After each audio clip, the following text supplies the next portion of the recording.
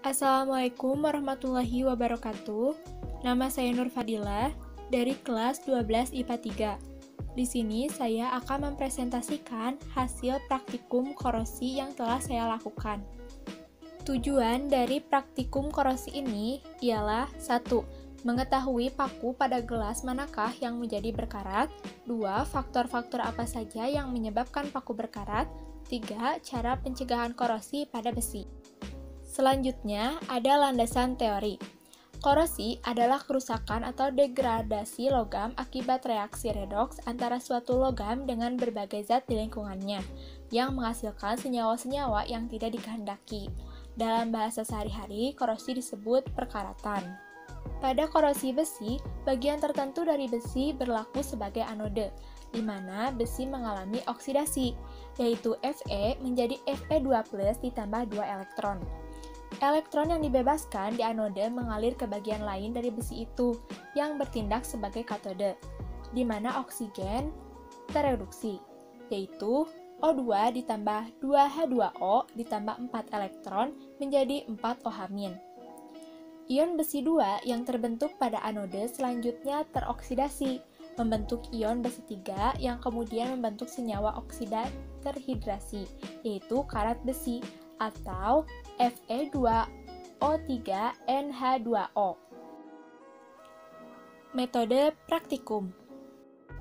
Alat yang dibutuhkan dalam praktikum yaitu ada paku 8 buah, gelas 8 buah, dan plastik sebagai penutup. Sedangkan bahan-bahan yang diperlukan ada air tidak dimasak, air sudah dimasak, cuka, minyak tanah, dan minyak goreng. Lanjut ke langkah kerja. 1. Siapkan 8 buah gelas plastik yang telah dibersihkan. 2. Isi 1 buah paku ke dalam masing-masing gelas yang telah disiapkan. Lalu masukkan larutan yang telah ditentukan, yang mana gelas 1 adalah air tidak dimasak, gelas 2 air sudah dimasak, gelas 3 cuka, gelas 4 minyak tanah, gelas 5 minyak goreng, gelas 6 larutan garam, gelas 7 tanpa air, gelas 8 air tidak dimasak dalam keadaan tertutup. Langkah ketiga, beri identitas pada setiap gelas plastik. Langkah keempat, simpan di tempat yang aman. Dan kita amati selama 5 hari. Ini adalah hasil pengamatan saya selama 5 hari, di mana min berarti tidak berkarat, plus sedikit berkarat, plus agak berkarat, dan plus banyak berkarat. Ini adalah foto-foto yang saya ambil di hari pertama, hari ketiga, dan hari kelima, yang sangat jelas terlihat perbedaannya. Di sini saya akan membahas satu persatu dari ke-8 gelas yang telah saya amati. Yang pertama, ada air tidak dimasak. Selama 5 hari, hasil akhirnya paku yang telah ada di dalam gelas air tidak dimasak ini menjadi agak berkarat. Lalu, yang kedua, ada air sudah dimasak. Hasilnya banyak berkarat. Lalu ada cuka, di mana ini pada hari pertama sampai hari ketiga, paku hanya menjadi menghitam, tapi pada hari keempat dan kelima, hanya pada ujung pakunya yang berkarat saja sedikit, dan hasilnya sedikit berkarat.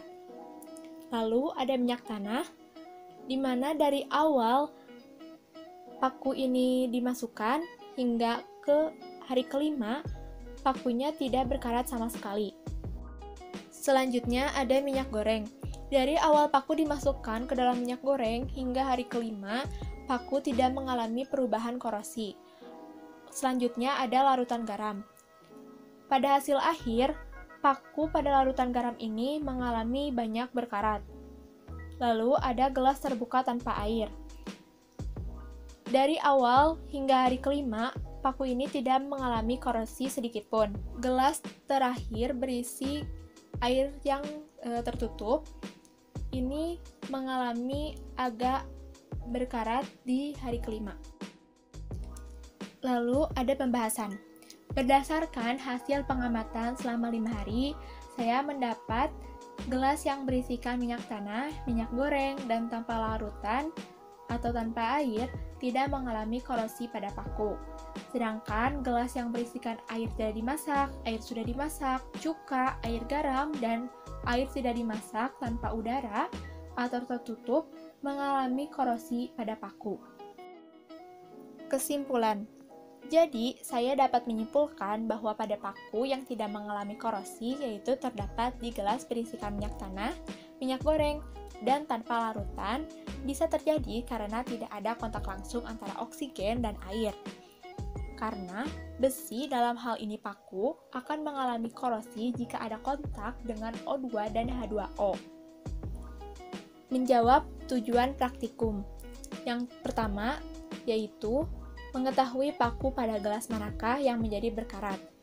Paku mengalami korosi atau menjadi berkarat pada gelas yang berisikan air tidak dimasak, air sudah dimasak, cuka, air garam, dan air tidak dimasak tanpa udara. Yang paling berkarat yaitu pada larutan garam. Lalu pada tujuan yang kedua, faktor apa saja yang menyebabkan paku berkarat?